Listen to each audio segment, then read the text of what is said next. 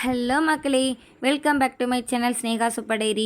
இன்றைக்கி நம்ம சேனலில் சூப்பரான ஒரு ஸ்வீட் ரெசிபி தான் நம்ம இன்றைக்கி செய்ய போகிறோம். என்ன ஸ்வீட் அப்படின்னா 90s கிட்ஸ்க்கெல்லாம் ரொம்பவே ஃபேவரட்டான தேங்காய் மிட்டாய் தான் நம்ம இன்றைக்கி செய்ய போகிறோம். வாங்க அந்த தேங்காய் மிட்டாய் எப்படி செய்யுதுன்னு சொல்லிட்டு இந்த வீடியோவில் நம்ம பார்த்துடலாம். இந்த தேங்காய் மிட்டாய் செய்கிறதுக்கு முக்கியமான பொருள் ரெண்டு தான். என்ன அப்படின்னா தேங்காய், வெல்லம். இது ரெண்டு இருந்துச்சு அப்படின்னா இந்த சூப்பரான தேங்காய் மிட்டாய் வந்து நம்ம ஈஸியாக செஞ்சிடலாம். அந்த தேங்காய் மிட்டாய் செய்கிறதுக்காக நான் வந்து இன்றைக்கி 1.25 பவுல் அளவு வந்து துருவன தேங்காய் எடுத்து வச்சுருக்கேன். நான் வந்து தேங்காவை சின்னதாக கட் பண்ணி அதோட தோலை நீக்கிட்டு மிக்சியில் போட்டு லைட்டாக அரைச்சி எடுத்து வச்சுருக்கேன். நீங்கள் அந்த மாதிரி மிக்சியில் போட்டு லைட்டாக அரைச்சி எடுத்து வச்சுக்கலாம், இல்லைனா துருவி கூட எடுத்து வச்சுக்கலாம். இதுக்கப்புறம் ஒரு தவா எடுத்து வச்சுக்கோங்க. அந்த தவாவில் வந்து நெய் சேர்த்துக்கோங்க. நெய் சேர்த்துட்டு நம்ம ஆல்ரெடி துருவி வச்சுருக்கிற தேங்காய் எல்லாத்தையுமே எடுத்து அந்த தவாவில் போட்டுருங்க. போட்டுட்டு அடுப்பை லோ ஃப்ளேமில் வச்சுட்டு லைட்டாக வந்து அந்த தேங்காவை நெய்யில் வறுத்து எடுத்துக்கோங்க. அந்த தேங்காயில் இருக்கிற ஈரப்பதமெல்லாம் போகிற அளவுக்கு வறுத்தா போதும், ரொம்ப வறுக்கணுங்கிற அவசியம் கிடையாது. பாருங்கள், இந்தளவு வந்து வறுத்ததுக்கப்புறம் அதோட ஈரப்பதமெல்லாம் குறைஞ்சிருச்சு. இந்த ஸ்டேஜில் வந்து அந்த தேங்காவை எடுத்து தனியாக ஒரு பாத்திரத்தில் மாற்றி வச்சுருங்க. இதுக்கப்புறம் வந்து அதே தவாவில் நம்ம வெள்ளை கரைசல் வந்து ரெடி பண்ண போகிறோம். நான் வந்து இன்றைக்கி ஒரு பவுல் அளவு வந்து வெள்ளம் எடுத்திருக்கேன். 1.25 பவுல் அளவு வந்து தேங்காய் எடுத்தேன். அதுக்கு வந்து ஒரு பவுல் அளவு வந்து வெள்ளம் எடுத்திருக்கேன். அந்த வெள்ளத்தை சேர்த்துட்டு அந்த வெள்ளம் மூழ்கிற அளவுக்கு தண்ணி சேர்த்துக்கோங்க. தண்ணி சேர்த்துட்டு அடுப்பை வந்து ஹை ஃப்ளேமில் வச்சுட்டு நல்லா வந்து அதை நல்லா மிக்ஸ் பண்ணி விடுங்க. அந்த வெள்ளமெல்லாம் நல்லா அந்த தண்ணியில் வந்து கரைஞ்சி வெள்ளை கரைசல் வந்து ரெடி ஆகட்டும். பாருங்கள், நல்லா வந்து வெள்ளமெல்லாம் கரைஞ்சிருச்சு.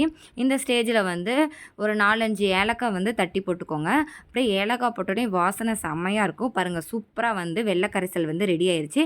இதை வந்து நம்ம தனியாக வடிகட்டி எடுத்துக்கணும். அதுக்கு வந்து இன்னொரு தவா எடுத்து வச்சுக்கோங்க. அதில் வந்து வடிகட்டி வச்சு நம்ம ரெடி பண்ணி வச்சுருக்கிற வெள்ளத்தை வந்து வடித்து எடுத்துக்கலாம். ஏன்னா அதில் வந்து நிறைய தூசி கல் இதெல்லாம் இருக்கும். அதனால் வந்து கண்டிப்பாக வடித்து எடுத்துக்கணும்.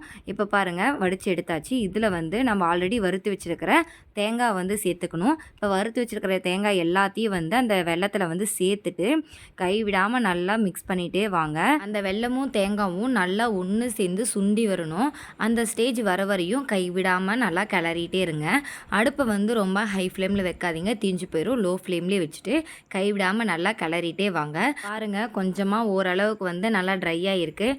இன்னுமே நல்லா ட்ரை ஆகணும். அந்த ஈரப்பதம் எதுவும் இல்லாமல் அந்த தண்ணியெல்லாம் வந்து நல்லா சுண்டி அந்த தேங்காயும் வெல்லமும் ஒன்று சேர்ந்து நல்லா வந்து சூப்பராக வரணும். பாருங்கள், இந்த அளவுக்கு வந்து வந்துருச்சு. இன்னும் கொஞ்சம் நல்லா வந்து சுண்டி வரட்டும். அப்போ தான் டேஸ்ட்டு வந்து நல்லாயிருக்கும்.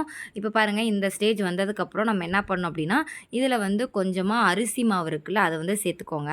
நான் வந்து ஒரு 2 ஸ்பூன் பக்கமாக அரிசி மாவு சேர்த்துருக்கேன். அரிசி மாவு சேர்த்துட்டு கை விடாமல் நல்லா கிளறிட்டே வாங்க. இந்த ஸ்டேஜில் வந்து கொஞ்சமாக வந்து நெய் சேர்த்துக்கோங்க. நெய் பிடிக்கும் அப்படின்னா கொஞ்சம் தாராளமாகவே சேர்த்துக்கோங்க. நெய் பிடிக்காது அப்படின்னா லைட்டாக கொஞ்சமாக நெய் சேர்த்துட்டு நல்லா கிளறி விட்டுட்டே வாங்க. இன்னும் கொஞ்சம் இது நல்லா ட்ரை ஆகணும். பாருங்கள், இந்த ஸ்டேஜ் வரணும். இந்த ஸ்டேஜ் வந்ததுக்கப்புறம் அதை நீங்கள் கரண்டியில் எடுத்தீங்க அப்படின்னா கீழே விழக்கூடாது. அந்தளவுக்கு வரணும். இதுதான் கரெக்டான ஸ்டேஜ். இந்த ஸ்டேஜில் வந்து அடுப்பை ஆஃப் பண்ணிவிட்டு வேற ஒரு நெய் தடவின பிளேட்டில் வந்து மாற்றி வச்சுக்கோங்க. நான் வந்து ஆல்ரெடி ஒரு பிளேட்டில் வந்து நெய் தடவி வச்சுருக்கேன். அதில் வந்து மாற்றி வச்சுட்டேன். மாற்றிட்டு நல்லா வந்து தட்டி விட்டுக்கோங்க. அதுக்கப்புறம் வந்து சின்னதாக வந்து பீஸ் போட்டுக்கோங்க. பீஸ் போட்டுட்டு ஒரு 2 மணி நேரம் வந்து அதை நல்லா மூடி வச்சுருங்க. அது வந்து நல்லா செட் ஆயிரும். ஒரு 2 மணி நேரம் கழித்து எடுத்து பார்த்தீங்க அப்படின்னா சூப்பராக வந்து தேங்காய் பர்ஃபி வந்து ரெடியாக இருக்கும். அவ்வளோ டேஸ்ட்டாக இருக்கும். தேங்காய் மிட்டாயின்னு சொல்லலாம், தேங்காய் பர்ஃபின்னு சொல்லலாம். 90s கிட்ஸ்க்கெல்லாம் ரொம்பவே ஃபேவரட்டான ஸ்நாக்ஸ் தான் இது. அவ்வளோ டேஸ்ட்டாக இருக்கும். பெட்டி கடையிலலாம் இருக்கும்.